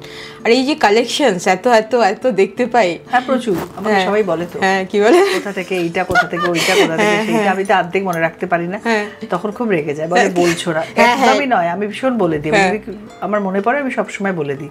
আরে বলে দিতে ক্ষতিটা কি আছে, সবাই করতে পারে, আমি আমার মতো করে ক্যারি করব, সে তার মতো করে ক্যারি করবে, একদম তাই। কিন্তু আমার প্রচুর কালেকশন, প্রচুর, খুব একটা গোছানো নই, গুছিয়ে যে প্রচুর রাখি তা নয়, কিন্তু আছে প্রচুর। রান্নার ব্যাপারটা কি? রান্নার ব্যাপারে তোমার মতো, তোমার কাছে তো আমি একদম ফেল করে যাব, মানে একদম মানে মাইনাস পাবো তোমার কাছে আমি, বিকজ আমার রান্নার ব্যাপারে কি বলবো, যে অতটা যে ওইটা নেই, মানে ওই যে তোমাদের যেটা ভীষণটা প্যাশনটা নেই, এটা আমি বলবো না। আমি খেতে ভালোবাসি, তবে হ্যাঁ খুব যে খাদ্যরসিক সেটাও কিন্তু আমি, আমার একটু অদ্ভুত অদ্ভুত খাবার মানে ভালো লাগে, টেস্ট, বুঝতে পারলে তো। সেই জন্যে মানে প্রতিদিন যে ভাত খেতেই হবে, দেখতে আমি মোটা, কিন্তু প্রতিদিন ভাত যে খাই তা নয়, এরকম টাইপের মানে খাবার দাবার একটু অদ্ভুত টাইপের আমার পছন্দ। তো সেই জন্যে আমি ওই রকম অত রান্নার ব্যাপারে খুব একটা পটু নই, একদমই না, রেগুলার করতেও হয় না, এবং কোনোদিন, সব থেকে বড় কথা, কোনোদিন করতে হয়নি রেগুলার বেসিসে, সেটাও একটা কারণ। সেই জন্য ওই বিষয়টা বেশি কথা না বলাই ভালো। ঠিক, না না সবার শিখলাম, না না সে তো বটে। আর হ্যাঁ, ইচ্ছে করলে হয়তো ভেবে চিন্তে কিছুটা বানালাম, সেটা যদি ফেলে দেবে সেটা হবে, একদমই পারবে, খেয়ে নেবে না, একদমই তাই। আর একটা বিষয় হচ্ছে যে সবার সবকিছু পারতে হবে এমন তো কোথাও কোথাও লেখা নেই, না একদমই না। আর তুমি যদি এত ভালো রান্না করো, তাহলে তুমি আমার রান্নাটা এত ভালো হয়তো আমি ফেল করে যেতাম। তো সেটা খুব ইন্টারেস্টিং। আর তুমি এসছো, আমার খুব ভালো লাগছে, এত সুন্দর আমরা একটা থট শেয়ার, খুশি হয়েছি, খুবই খুশি। তোমার এত সুন্দর করে সাজিয়ে রেখেছো চতুর্দিকে, আবার একা একাই সব করো বললে, কোনো হেল্পিং হ্যান্ড তোমার নেই, এটা আমার খুব অবাক লেগেছে আজকের দিনে দাঁড়িয়ে দেখা। না, এটা আমি শিখেছি কোথা থেকে জানো তো, বিদেশে যতবার যাই অনুষ্ঠান করতে বা যেখানে যাই না কেন, ঘুরতেও গেছি অনেকবার, তো আমি তো দেখি ওদের প্রত্যেকের, বিদেশে কারোরই নেই, আমরাও গিয়ে দেখেছি, কিন্তু বিদেশ আর এদেশের তো তফাৎ আছে। সুতরাং বিদেশে যে আমরা, তুমি এই দেশে এটা কিন্তু খুব চ্যালেঞ্জে করে, এটা আমি করেছি। হ্যাঁ, আরেকটা বিষয় হয় কি বলতো, মানে আমাদের এখানে ডোমেস্টিক হেল্প এত সস্তায় পাওয়া যায়, ওখানে এত কস্টলি, ওরা রাখতে পারে না। তো বটে, এত সস্তা, মানে এখন অনেক বেড়ে গেছে। হ্যাঁ, কিন্তু আমাদের সস্তা ছিল, কিন্তু ওদের তুলনায় দেখো, ওদের কাছে ওদের রোজগারের যে সেই আন্দাজে সস্তা, বলছি আমি বলছি না বেশি কম, মানে সেটা অনুযায়ী আমাদের সস্তা মনে হয়, সেটাই বলছি। হ্যাঁ, সেজন্য ঠিকই আছে, কিন্তু আমাদের এখানে তো এটাই পাওয়া যায় বলে সবাই মানে কত কত হেল্পিং হ্যান্ড। তো আমার আবার একটু কি হয়, ইন্টারফেয়ারিং হলে অসুবিধা হয়, যেহেতু আমি নিজেই পুরো ব্যাপারটা হ্যান্ডেল করি, তো আমি এমন ভাবে বলবো যে তারা কিছুই বুঝতে পারছে না, সেটা আমার একটু সমস্যা, প্রবলেম। আমি সব পারো বলে আর হ্যাঁ, তো তার জন্য নিজের মতো করে একদম রাখি, তো খুব কমফোর্টেবল হয় এটা আমার কাছে। আমার না আরও মানে এই বয়সে, মানে এতদিন ধরে আমি একা একা করে এসেছি, তো এখন হঠাৎ করে একজন লোককে ইনক্লুড করা আমার লাইফে ইটস ভেরি ডিফিকাল্ট, বুঝতে পারলাম। তো সেটা হলো একটা সমস্যা। Very good. আর গুয়াহাটি থেকে আমি জবের থেকে কলকাতায় এসেছি, আমি তবে থেকে মোটামুটি একাই থেকেছি, কারণ অংশমানে তো জানোই ট্রান্সফারেবল জব, ও তো বিভিন্ন জায়গায় থাকে, ওর কলকাতায় হয়তো পার্মানেন্টলি থাকা হয় না, তো তার জন্য ওইভাবে করে পুরো ব্যাপারটা সেট করা ভালো, গুড। এটা তো তোমার গুড ফর হেলথ অলসো। হ্যাঁ, of course, if you can manage তো নো প্রবলেম, সেটাই। আর তোমার দেখো, এই বাড়িতে আমার কাজ না থাকলে আমি মোটামুটি বাড়িতেই থাকতে পছন্দ করি আর কি। আমি একটু বাড়িটা আমার খুব ফ্যাসিনেশনের একটা জায়গা, বাড়িটা মন্দির, হ্যাঁ খুব ভালোবাসি, এবং কোথাও গেলে মনে হয় কখন বাড়ি ফিরবো এরকম একটা হয়, তো সেসবগুলো রয়েছে। এবার তুমি বলো যে এই পুজোর, যদি তুমি বলো যে নতুন গান, আমরা যখন পুজোর গান নিয়েও কথা বলি, কবিতা নিয়ে কথা বলি, আগে একটা সময় ছিল না যে পুজোতে গান পুজোর গান, বেসিক বাংলা গান। তখন তো দুদিকে দুটো থাকতো না, বেসিক এদিকে একটা ওদিকে দুটো গান বেরোতো না, রাইট। আর মৌলিক গান বা কবিতা বা পুজোর কাজ বলতে আগে একটা পুজোর রেকর্ডিং বিশাল একটা সাবজেক্ট ছিল, যে প্রত্যেক আর্টিস্ট কিন্তু রেকর্ড করছে পুজোর কাজ বের হবে। তো সেটা এখন একটু সেটা কিন্তু কমেছে। হ্যাঁ, সেটা তোমার সঙ্গে আমি একমত। সেটা তো সত্যি সত্যি অন্যরকম হয়ে গেছে এখন। আসলে ওই যে বললাম, সবাই এত অ্যাভেলেবল হয়ে গেছি আমরা, আমাদের তো সব সময় সবটা পেয়ে যাচ্ছে লোকজন না ঘরে বসে। তার ফলে এমনিতে তো দেখো, এটা সত্যি কথা, তোমাকে যদি আমি ঘরে বসে সারাক্ষণ পেয়ে যাই, তোমার কাছ থেকে আর আমার কি পাওয়ার রয়েছে? নতুনত্ব জায়গাটা তখন তো সেটা আর্টিস্টদের অনেকটা প্রেমের মতন। হ্যাঁ, প্রেমের পরে বিয়ের মতো বরঞ্চ। প্রেমে ইন্টারেস্ট থাকে, বিয়ের পরে বড্ড একঘেয়ে হয়ে যায়, একদম তখনই মন চায় অন্য কাউকে। তো এরকমই ব্যাপার। ঠিক, যেটা তুমি অ্যাভেলেবল পেয়ে যাবে সেটার প্রতি আর ইন্টারেস্ট থাকবে না। এটা তো আমাদের স্বভাব, হিউম্যান নেচার, রাইট? ঠিক, সেজন্য ওইটা চেঞ্জ তো হয়ে গেছে বটেই। তখন তো এত হরদম শোনা যেত না তাদেরকে, না পুজোর জন্য সবাই তাকিয়ে থাকতো, পুজোর গান কত জনপ্রিয়, পুজোর সব গান হতো, বলো অপূর্ব। সেগুলো তো অবশ্যই চেঞ্জ হয়ে গেছে, সেই দিনটা চলে গেছে। এখন তো সত্যি কথা বলতে কি, পুজোর আনন্দ তো দেখো একটা হয় ঠিকই, কিন্তু তুমি বলো তো, আমরা কত আগে থেকে যেন নীল আকাশ দেখতে পেতাম, এক তো বৃষ্টি কতদিন ধরে চলছে, পুজো এগিয়ে আসছে, সময়টা তফাৎ হয়ে যাচ্ছে, তো এইগুলো তো অবশ্যই পরিবর্তন বটেই। আর খুবই এটা হ্যাম্পার করে, মানে তোমার মনের সাথেও কিন্তু সেটার একটা রিফ্লেকশন তৈরি হয়, কারণ আমরা শরতের আকাশ দেখতেই পাচ্ছি। ওই যে বলে দিলাম যে অ্যাভেলেবল বেশি হয়ে গেলে তার ইন্টারেস্ট থাকে না, এখন সবকিছুই বেশি অ্যাভেলেবল। তখন ধরো আমাদের সময় ছিল, আমাদের বাবা টেবারা এটা করতেন, মানে পুজোর সময় স্পেশাল 4 দিনের জামা হবেই, ঠিক, পয়লা বৈশাখ পুজো, এখনো কি হয় না, সবাই কিনছি আমরা সবসময়, কিন্তু এখন আমরা সারা বছর এত কিনছি, এত অনলাইন শপিং, এত এই সেই, তো আলাদাটা কোথায়, আলাদা ভাবা যায় না। সেটাই এখন সত্যি কথা বলতে কি, তোমার পুজোর ভিড়ের বাজার করা থেকে মনে হয় আগেই কিনে রাখি, কারণ পুজোর ভিড়ে তো ঢোকাই যায় না। সবাই সেটা করে, সবাই এটা ভাবছে, ঠিক।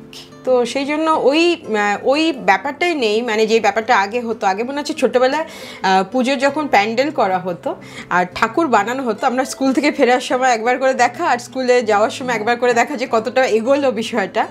আর বাবা যেহেতু অনেকবার সেক্রেটারি ছিলেন, আমার বাবার কথা বলছি, এবার মনে হচ্ছে ঠাকুর যখন বিসর্জন দিতে চলে গেল, আমার দিদি বসে বসে কাঁদছে, অনেকেই কাঁদে, সবার চোখে জল, ঠাকুর জলে পড়ে গেলে অনেকেই কাঁদে। এটা কিন্তু একটা আলাদা ফিলিং হয়, একটা দুঃখ তো হয়, খুব দুঃখ হয়।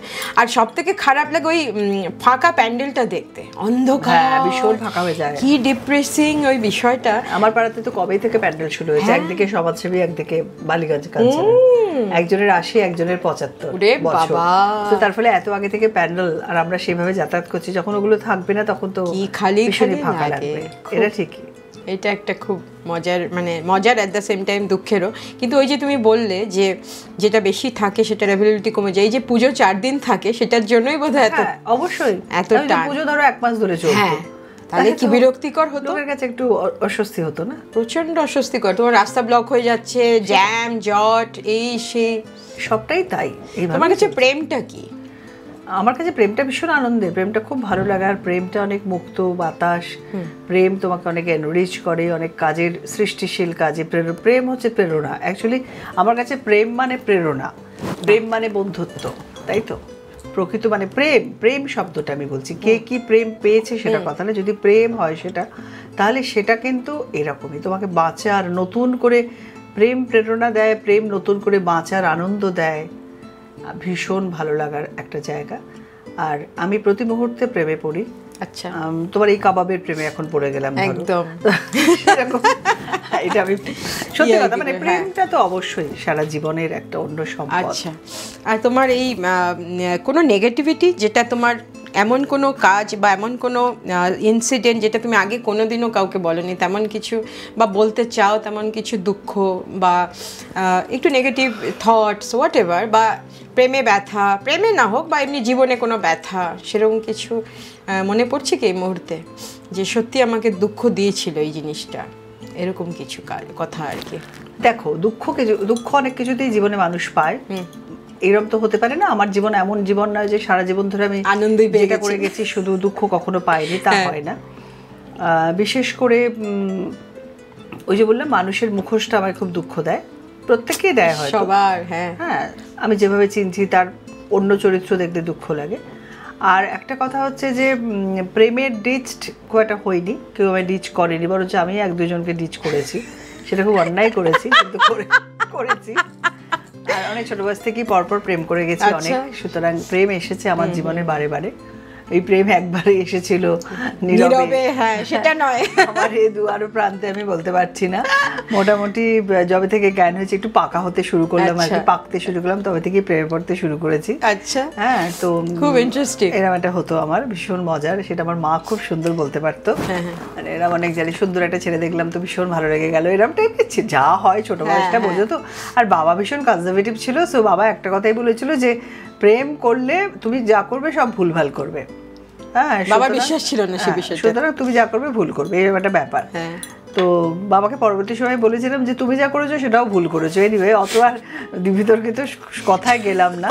সুতরাং এটা ভীষণভাবে তার নিজের জীবন, নিজের ভাগ্য সবটার উপরে ডিপেন্ড করে। তবে এটাই তোমাকে আমি বললাম যে তুমি যে বলছো জীবনের নেগেটিভ কিছু, নেগেটিভ ঠিক সেই অর্থে আমি বলবো না, মানে নাম করে না বলাই ভালো চন্দ্রিমা, বুঝতেই পারছো। এইসব জায়গায় মানে বলতেই চাই, আমি ভীষণ স্পষ্ট বক্তা, কিন্তু বেকার তোমার এই পডকাস্ট শোতে এসে এত কিছু না বলাই ভালো। তবে আমার প্রশ্ন হচ্ছে যে, হ্যাঁ দাও, আমার ব্যাপার হচ্ছে যে আমি অত কিছু নিজে যেহেতু খুব নেগেটিভ নই বলে আমার হয়তো অতটা বেশি, আমাকে অনেকে বলে, অনেকে দেখেছি অনেক বিষয় নিয়ে না বেশি ভাবে। ধরো তোমার এখান থেকে বেরিয়ে গেল, আমি একটু বেশি ভাবি, তোমার তুমি ভাবো না, না আমি একদমই ওভার থিঙ্কার নই, সেটা আমার জন্য ভগবানের আশীর্বাদ। ভালো তো, এটা খুব আশীর্বাদ ভগবানের, বুঝতে পারলে তো। আমি এত বেশি ভাবি না, মানে অ্যাবনরমাল না না না, আমি একদম না, আমার অত এইসব নিয়ে উল্টো কি করে একটু কম ভাবা যায় বলো তো, একটু টিপস দাও। শোনো, এগুলোকে পাত্তাই দেবেন। এই যে তুমি বললে, আমি কি দেখিনি অনেকের দেখেছি একটা চরিত্র থেকে একটা চরিত্র চেঞ্জ হওয়া, নিজের কেউ যদি আঘাত দেয় সেটা সব থেকে কষ্ট লাগে, নিজের কেউ আঘাত দিলে। বাকিটা তো তোমার ধরো ঠিক আছে, চলতে ফিরতে তো তুমি কত মানুষকে কত রকম দেখবে, পাত্তাই দেবে না কে তোমায় কি বললো না বললো। তুমি তো জানো তোমার কনফিডেন্স তোমার কাছে। আমি যেহেতু কনফিডেন্টলি জীবনটাতে চলি, সেজন্য আমি এগুলোকে খুব একটা পাত্তা দিই। আমার ফোকাস আমার কাজ, আমার ফোকাস আমার জীবন। ব্যাস, এটা খুব ইম্পর্টেন্ট, কিন্তু প্রত্যেকটা লোকেরই আমার মনে হয় তেমনই হওয়া উচিত। ফোকাসড না হলে না মানুষ ভীষণ ডিস্ট্র্যাক্টেড হয়ে যায়। না, ফোকাস অলওয়েজ থাকতে হবে তোমার। একটা সময় পর থেকে এসে তোমার ফোকাসটা একটা রাখতেই হবে, তা না হলে তুমি বেসলেস লাইফ হয়ে যাবে। ঠিক, দেখো স্বপ্ন দেখতে তোমায় হবে অনেক বেশি করে, স্বপ্ন দেখার সাহস করো। স্বপ্ন না দেখলে তো তোমার স্বপ্নকে মানে সাকসেসফুল করার দায়িত্ব তোমার। একটা কথা বলে দিই আমার ছাত্রীদেরও আমি বলি, কেউ তোমাকে কিন্তু জোর করে বলবে না চন্দ্রিমা তুমি গানটা করোই, বা চন্দ্রিমা তুমি এটা করোই, কেউ বলবে না, তোমাকেই করতে হবে। ইভেন তোমার খুব কাছের মানুষ, তোমার হাজব্যান্ড বলো, তোমার ছেলে মেয়ে বলো, বা তোমার কেউ তোমাকে টেনে নিয়ে গিয়ে কিছু করাবে না। It's your duty, it's your life. So focus হবে তোমার লাইফ, তোমার কাছে। ফোকাস অন্য কিছু থেকে করবেই না। আমি সব কিছুই দেখি, প্রচুর আড্ডা দিই, প্রচুর গল্প করি, প্রচুর মানুষের সঙ্গে পরিচয় হয়, ঠিক আছে, বাট আমার ফোকাসটা আমার মনে থাকে। এটা বিশাল বড় শিক্ষা, এটা দারুণ জিনিস। আর এই যে তুমি বলছো যে মানে ছেটে ফেলে দেওয়া, এই ছেটে ফেলে দেওয়াটা খুব জরুরি, খুব জরুরি। কেন তুমি অত ভাববে কেন? অনেককে আমি দেখেছি কোথাও থেকে বেরিয়ে গেল, সেটা নিয়ে কত ভাবছে, কত রকম, কত। আমি না অত, আর আমার একটা অদ্ভুত ব্যাপার আছে, অত আমি দেখিও না জানো। তুমি বললে তো আমি আকাশ দেখি, হ্যাঁ আমি খুঁটিয়ে খুঁটিয়ে, তোমার সত্যি কথা, কে কি শাড়ি গয়না পরলো সেগুলোর থেকে আমি সুন্দর একটা প্রকৃতির দিকে বেশি তাকাই। ঠিক, হয়তো মনেও রাখতে পারি না। কেউ কেউ না আমাকে বলে ওই দিন আপনি তো ওই শাড়ি, ওইটা আমার মনে নেই, আপনার কি করে মনে আছে? আমি তো ভুলেই গেছি আমার কোনটা।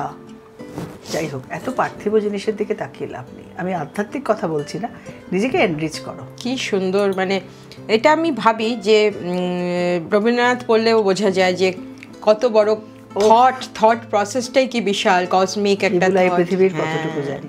পৃথিবীটাকে দেখো, আবিষ্কার করো, জীবন কত দিনের, এটা এনজয় করো। ঠিক, যতদিনের লাইফ যতটা আছে পুরোটাকে তুমি নাও। প্রকৃতির রং রস রূপ, আমি কোনো এগুলো বললে লোকে ভাববে আমি একদমই বলছি সবাইকেই বলছি, সবাইকে বলার মতোই বিষয় একটা। এটা কিন্তু খুব পজিটিভিটি।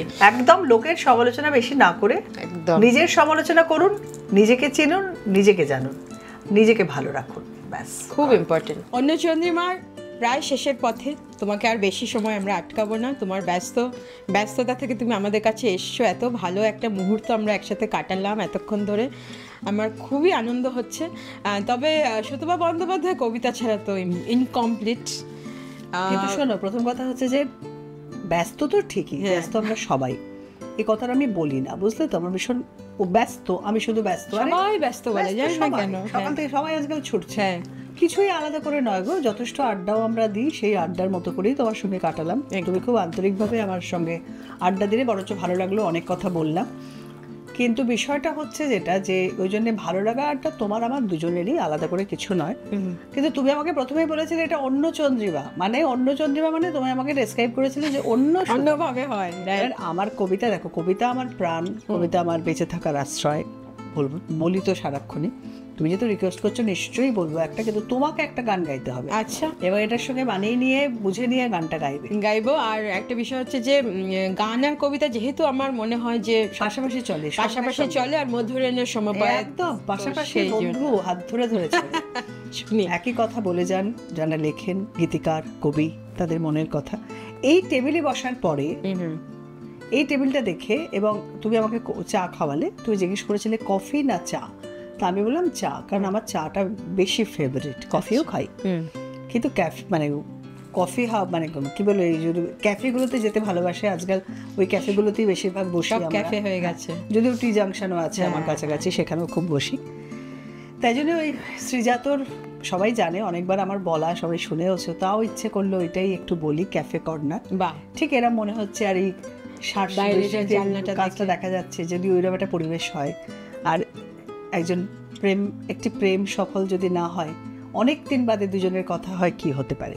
বাহ, শুনছি তুমি এই শহরে 2-4 দিনের অফিস ট্যুর, তোমার কাজের জায়গা থেকে আমার পাড়া অনেক দূর, মাঝে কোথাও বসা যায় না, দেখা হয়নি বছর 5, ছোট্ট টেবিল, অল্প কথা, হালকা দুটো কফির আঁচ, বৃষ্টিতে সব সার্সি ভেজা, কফির কাপে এক চুমুক, নকশা তোলে খয়েরি ধোঁয়া, নীলছে আগুন, জ্বালায় বুক। সেই যেখানে কলেজ কেটে বিকেলগুলো পাল্টাতাম, মনে পড়ছে? এখন কিন্তু একটা কফির অনেক দাম, সে নয় হলোই, এক জীবনে দাম মেটাতে কে পারে? 4টে নাগাদ থাকবো আমি, আসবে ক্যাফে কর্নারে? সে নয় হলোই, এক জীবনে দাম মেটাতে কে পারে? 4টে নাগাদ থাকবো আমি, আসবে कैफे कॉर्नर है। प्यासे हो मैं प्यासे रहने दो ना, कतरा कतरा मिलती है, कतरा कतरा जीने दो, जिंदगी है बहने दो,